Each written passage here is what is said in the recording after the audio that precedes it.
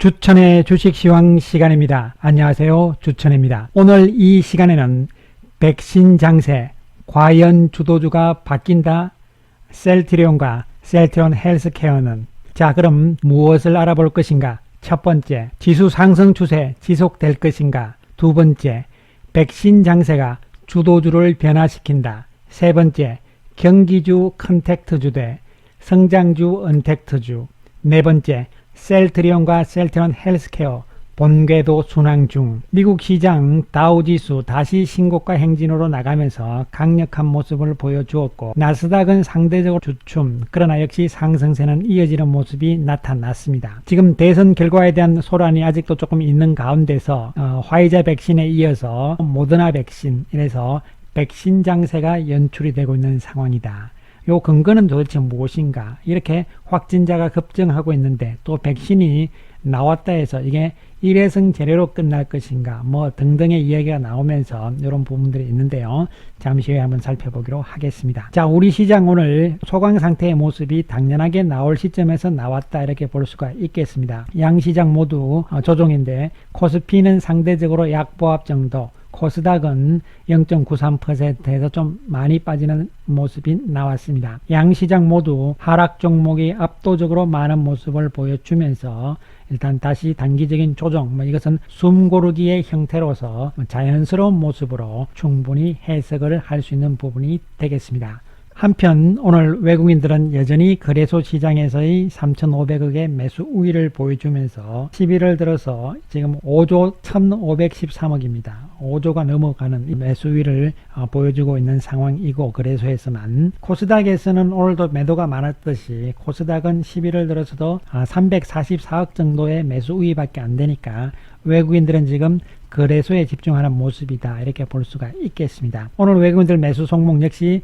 현대차, SK하이닉스, 삼성전자, 그리고 LG화학이고, 오늘 셀트리온과 카카오가 들어가 있죠. 어쨌든 외국인에 대해서는 제가 충분히 설명을 드린 바가 있습니다만은 지난 11월 2일부터 현재까지 외국인들 매수 상위 종목군들을 보더라도 삼성전자와 SK하이닉스 시가총액 1등, 2등이잖아요. 이것은 당연히 외국인들 가운데서 패시브 자금이 들어오는 모습이다, 이렇게 당연히 해석을 하시면 될 것이고요. LG화학과 삼성 SDI 역시 2차 전지 쪽에서의 성장주 맥락이죠. 그래서 카카오도 마찬가지고 셀트리온은 다 성장주 맥락인데, 그럼 여러분, 삼성전자는 과연 경기주입니까? 가치주입니까? 아니면은 성장주인가요? 어떻게 해석을 해야 되죠, 삼성전자는? 자, 이런 부분에 대해서도 잠시 후에 한번 살펴보기로 하겠습니다. 자, 한편 코스닥 시장에서 외국인들이 별로 안 사고 좀 주춤하지만, 그래도 코스닥 시장 쪽에서 11월 2일부터 오늘까지 많이 산 종목을 보면은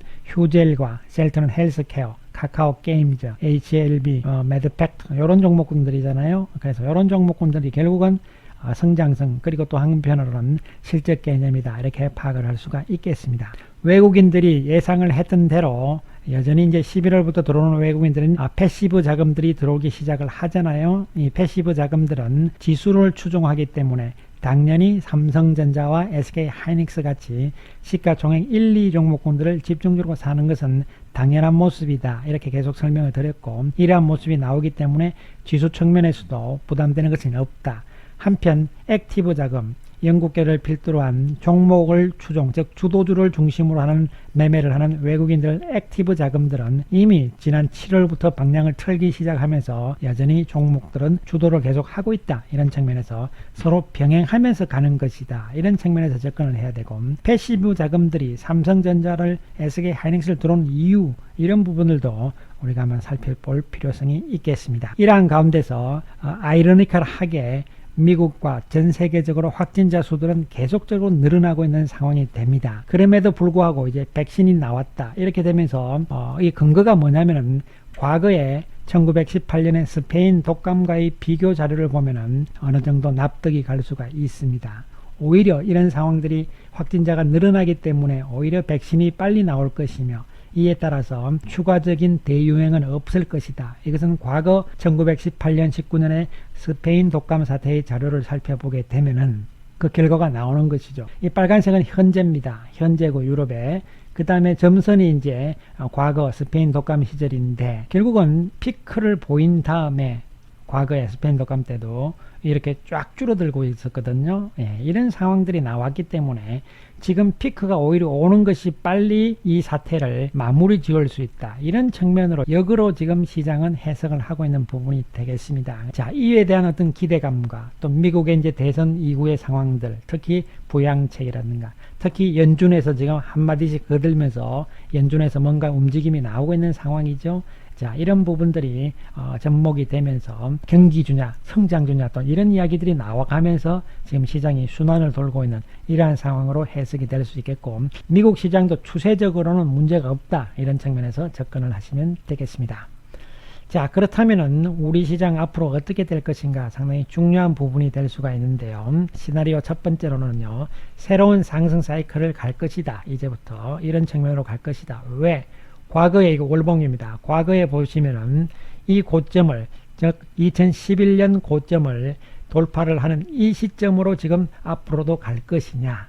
그렇지 않으면은 이때처럼 이 고점을 돌파를 하진 못하고 다시 밀리면서 이러한 재하락, 이런 국면으로 갈 것이냐, 이런 부분들이 지금 앞으로의 상황이라고 볼 수가 있겠습니다. 제가 보는 관점에서는 1번 시나리오다, 결국은 치고 나가는 관점이다, 이렇게 볼 수가 있겠습니다. 그 이유에 대해서는 충분히 지금까지도 우리가 상황을 봤겠지만 이 사태의 어떤 백신 부분과 치료제 부분과 더불어서 상황의 변화가 나오기 시작한다는 측면과 이에 따른 전반적인 글로벌 경기 측면에서의 회복 국면이죠. 워낙 안 좋았기 때문에 이런 측면에서의 반작용, 이런 것이 어우러지는 상황이라고 볼 수가 있고, 우리 시장은 왜 그러면 다시 새로운 상승 사이클로 갈 수 있느냐, 지금부터 한번 살펴보기로 하겠습니다. 자, 2018년과 현재의 다른 점을 보시게 되면은 2018년 같은 경우는 삼성전자가 SK 하이닉스 두 종목에 차지하는 시가 비중이 이렇게 많았다는 것이죠. 그리고 이 두 종목을 제외한 나머지 종목군들의 시가총액은 이 밑에 있습니다. 이만큼 차이가 컸다는 부분이 되는 것이죠. 그러니까 이 두 종목이 지수를 다 끌어올렸다, 이렇게 보시면 되는 것이에요. 그러나 최근 상황은 완전히 2000년 들어서는 바뀐 것이죠. 이 둘의 차이가 상당히 줄어들고 오히려 삼성전자와 SK 하이닉스를 제외한 시가총액이 더 높습니다. 이야기 뭐냐면 한쪽으로 편중, 집중되는 상황이 아니고, 즉 삼성전자와 SK 하이닉스 두 개가 지수를 다 가지고 노는 것이 아니고 순환을 해가면서 충분히 폭넓게 쏠림 현상 없이 갈 수 있다는 것을 나타내주는 부분이고, 이것이 전체적인 기초 체력이 강하다, 이런 부분을 나타내는 부분으로 해석을 하시면 되겠습니다. 또한 2017년과 18년 그 당시에 자동차 플러스 화학을 우리가 한번 살펴보게 되면 반도체 IT 하드웨어, 즉 삼성전자와 SK 하이닉스를 포함한 IT 쪽의 영업이익이 이렇게 높았다는 것이죠.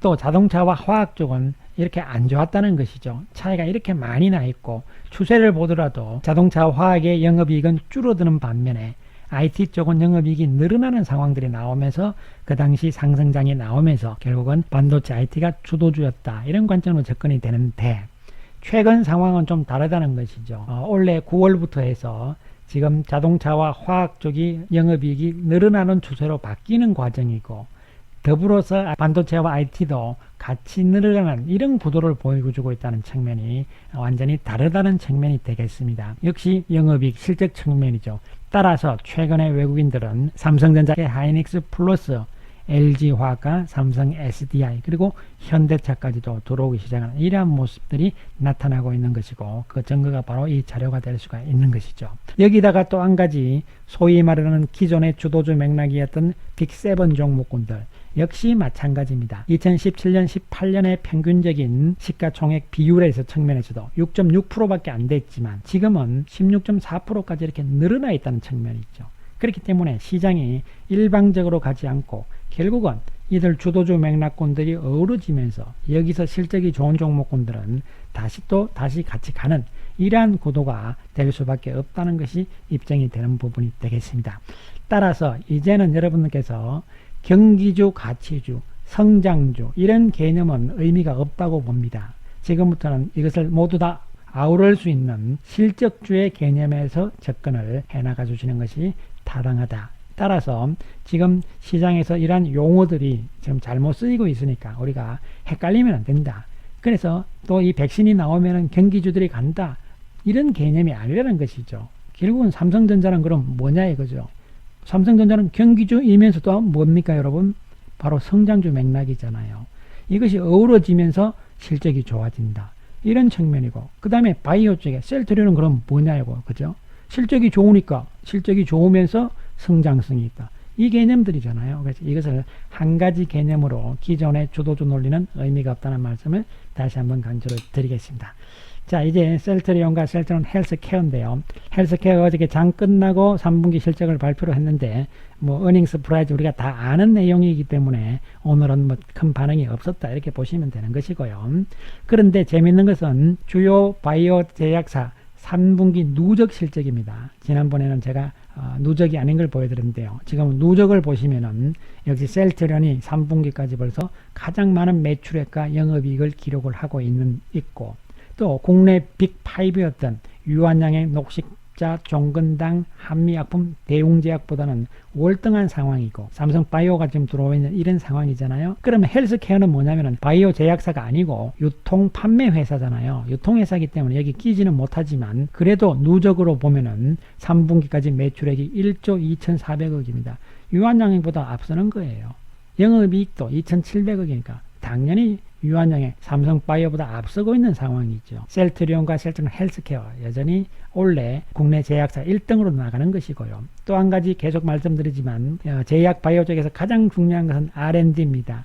이 비용의 투자 비율도 셀트리온과 유한양의 차이는 크게 나타나고 있고, 또 인원을 보더라도 엄청난 차이가 나고 있잖아요. 이런 측면을 봤을 때 명실공히 셀트리온 이제 국내 1등의 바이오 제약사다 이렇게 보시면 되고, 이 부분이 또한 이 치료제 부분인데요. 오늘도 서정진 회장이 국회에 가서 토론회를 했습니다만 원스톱 시스템이 되는 것이 진단키트, 경증치료제, 중증치료제, 그리고 생산 능력뿐만 아니고 이제는 유통 판매까지 다 원스톱으로 갈 수 있는 부분들이 바로 셀트리온과 셀트리온 헬스케어다. 이것은 뭐 전 세계적으로 거의 없는 이러한 회사가 되는 것이죠. 자, 물론 오늘 셀트리온 헬스케어 실적 발표는 나왔는데요. 구체적인 핵심들은 뭐 다 아시니까 사상 최대. 핵심은 뭐냐면 바로 북미 지역에 얼만큼 지금 매출 비중이 높아지느냐가 가장 중요한 부분이고, 이 북미 지역의 막대 크기가 커졌잖아요. 숫자는 같지만 이런 부분들이 상당히 중요한데, 그러면 이 부분들, 그리고 또 새로운 개념에서 우리가 매출액이 지금 어떻게 나오느냐, 이걸 상당히 중요하게 봐야 됩니다.